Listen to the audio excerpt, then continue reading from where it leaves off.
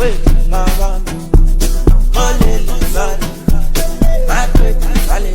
boy, my hero, the best young football analyst. So if you're new to this page, please do subscribe and hit the like button.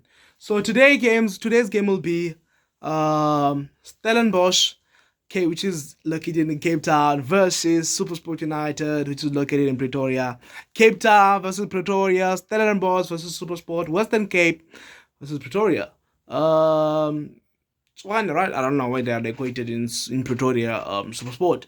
So white versus blue. It was a great game, a great game for only one side, a bad game for the other side. SuperSport United, if we're being honest, they're on a drought season. They started off the season very well with it was a 2-0 victory to Richards Bay. Yes, started the season very well. But if we're being honest, they are losing it. They are losing it. Yes, they've kept their system of playing the 4-4-2, and they were able to get 46% ball position within this game, which means they were actually in the first half. In the first half, they were doing very well, and they only conceded one goal in the first half, and they were trying to go head-to-head with Stellenbosch. But the problem started from Gavin Hunt. Gavin Hunt gave negativity thoughts throughout this game, so you wouldn't expect much from the players if the coach is negative.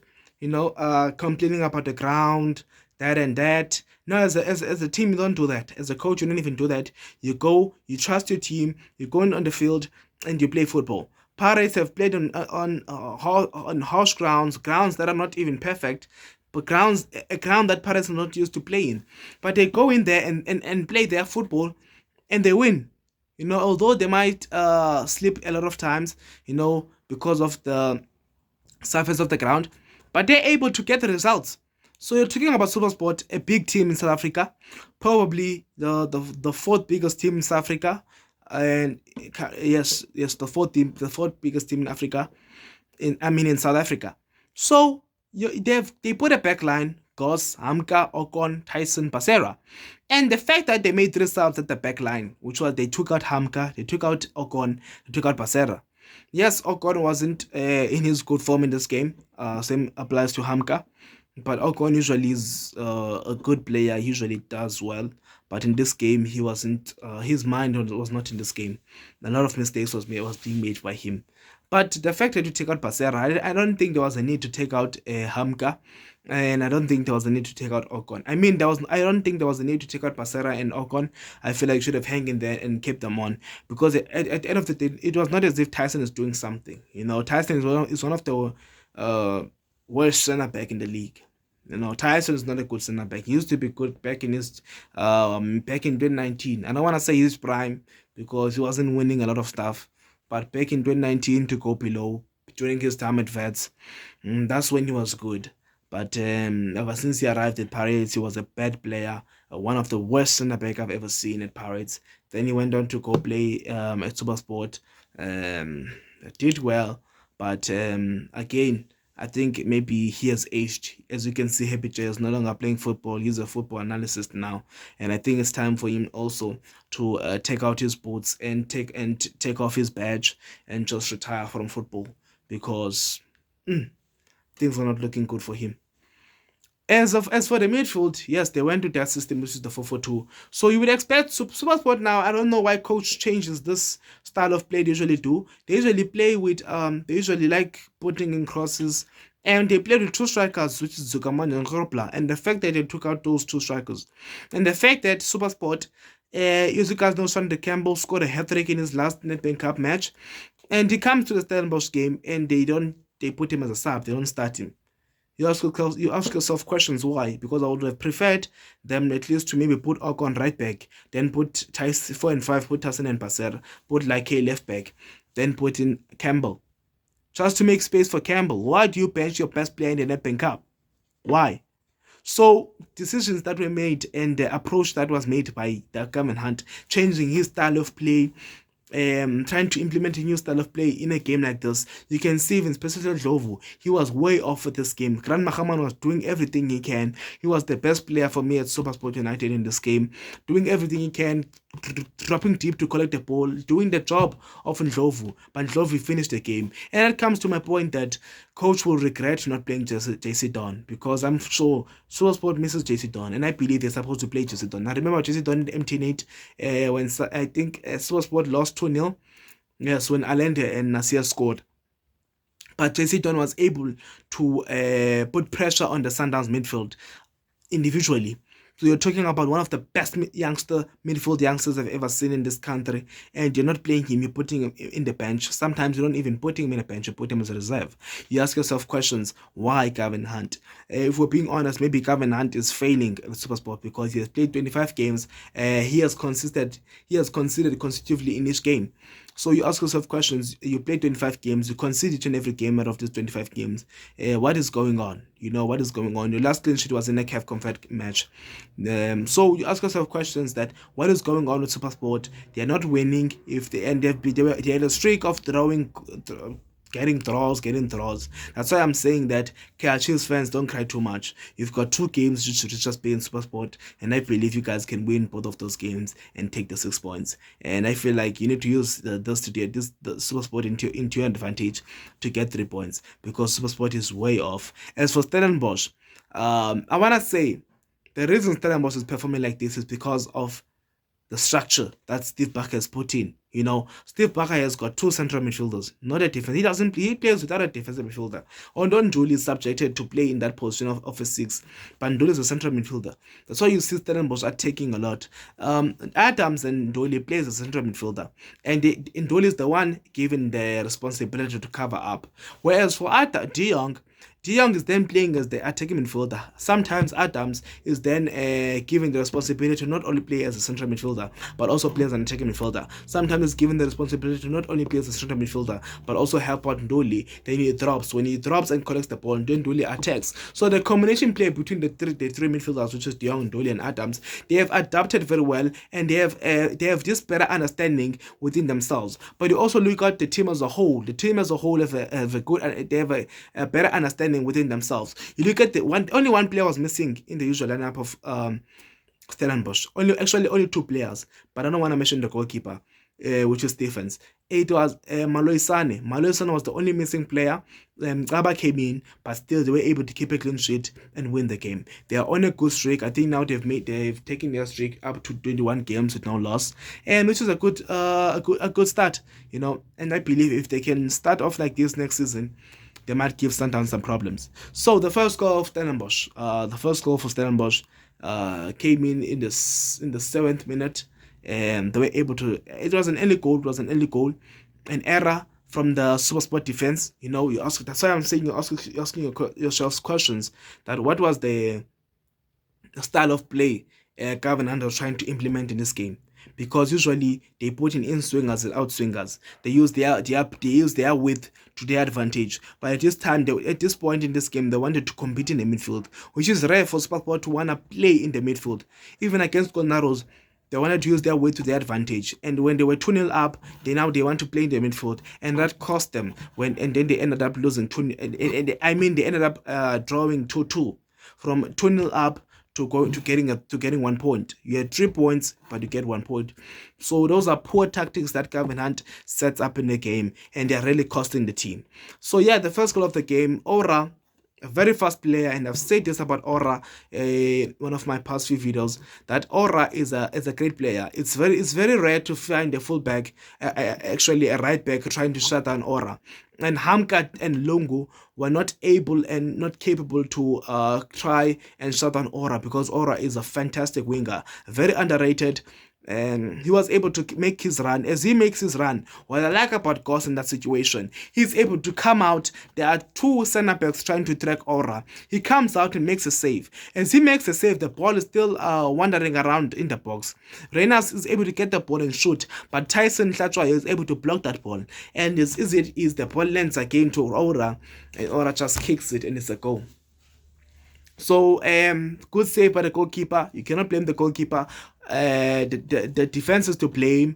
Whereas, why they were not able to take out that ball? Because phase 1, the goalkeeper saves it. Now, phase 2, the defender now needs to react The goalkeeper has done his part of the job. 1v1 situation, he saves it. He comes out, makes himself big, and makes the save. Now, why as the defense, you're not supposed to support the goalkeeper and give credit to the goalkeeper that, okay, you've saved the ball, now we just need to take it out. But instead, you guys, I feel like you guys were just minges, minges, those short people. They're trying to look for the ball. All they see is big people. So poor defending from SuperSport United. And the way Stellenbosch are playing. Remember, SuperSport have got defenders who are not fast, and they've got Amakehla Maitu, which is Tyson and Basera. And they've got Ocon, who's a youngster, a brilliant youngster who's going very far. Chu said that in this game he couldn't bring out his best performance. As for Hamka, coach was playing Company Lung in the last few games. He was playing Company Lung as a right back. I feel like coach should have started Company Lung as a right back again, because there was no need to put in a Hamka, because Hamka had a bad game. He was very weak in this game, and I'm sure that SuperSport are really missing Keenan Johannes. As most of you guys know, Keenan Johannes, one of the best right backs in the PSL, because for me personally, Johannes is the best youngster in the right back position. In the right back position is the best youngster, and he has captained Bafana in the COSAFA. He's a good player and he has a bright future. So you've got a front three, which is Stellenbosch. They've got Titus, they've got Reyners, they've got Aura. As a coach, we know that these players are very fast, so you won't be able to deal with their pace. What do? You must try to play a 3 in the back so that you can be able to deal with their pace. Instead, you play a 4, which means when Basera tries to attack, you will be left with, and Hamka tries to attack, you'll be left with 2.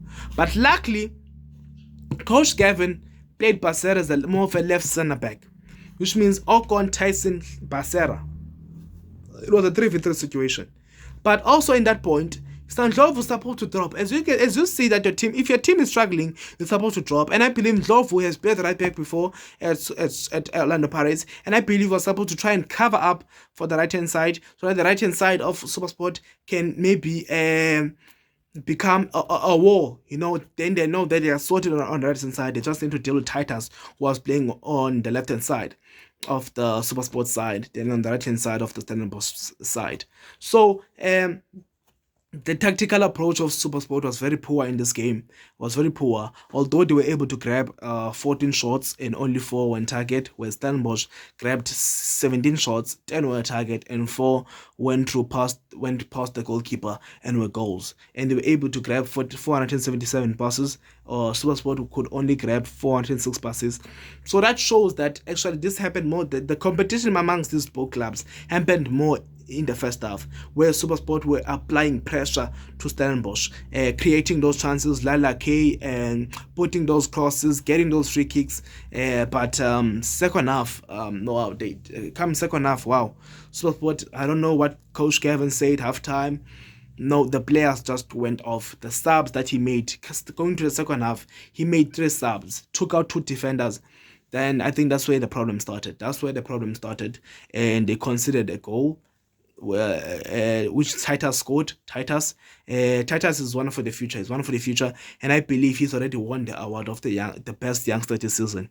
Let's be honest, Titus is the best youngster this season. Some put him in the category of the best player this season, saying that he deserves to be a nominee.